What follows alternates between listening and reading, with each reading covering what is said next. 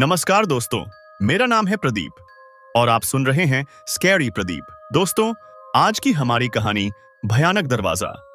उत्तर प्रदेश के छोटे से गांव छतरपुरा में एक पुराना और बड़ा हवेली नुमा घर था, जिसे लोग भूल भुलैया हवेली के नाम से जानते थे। यह हवेली अतीत में बहुत शान शौकत का प्रतीक थी, लेकिन अब यह खंडहर में तब्दील हो चुकी थी। इस घर के बारे में कहा जाता था कि यहाँ अंधेरा देव का श्राप है, जो हर अमावस्या की रात को घर के अंदर आता है और अपने साथ किसी मर्द की बलि लेकर ही लौटता है।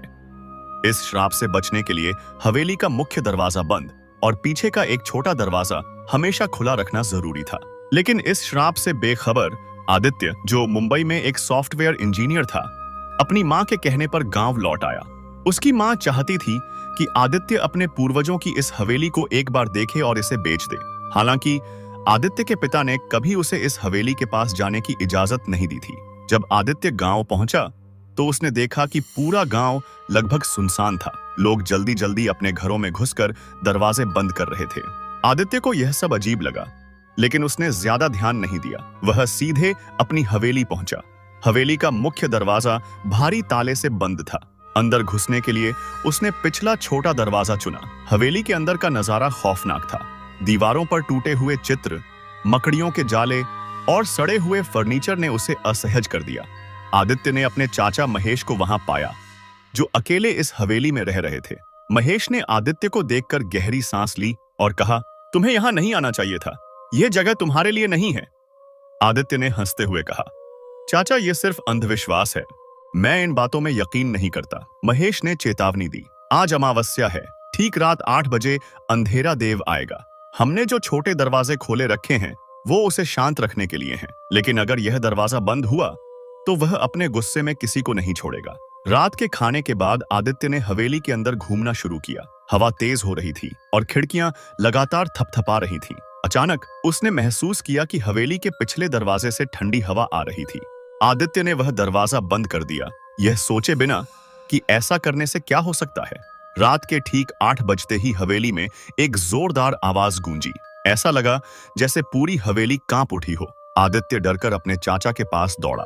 महेश ने खिड़की से बाहर झांककर देखा और उनका चेहरा डर से सफेद पड़ गया। हवेली के हर कोने से अजीब सी गुर्राहट और भिन-भिनाने की आवाजें आने लगी। हवा में घुली दुर्गंध और दीवारों पर पड़ती परछाइयां बता रही थीं कि कुछ अलौकिक उनके आसपास मंडरा रहा है।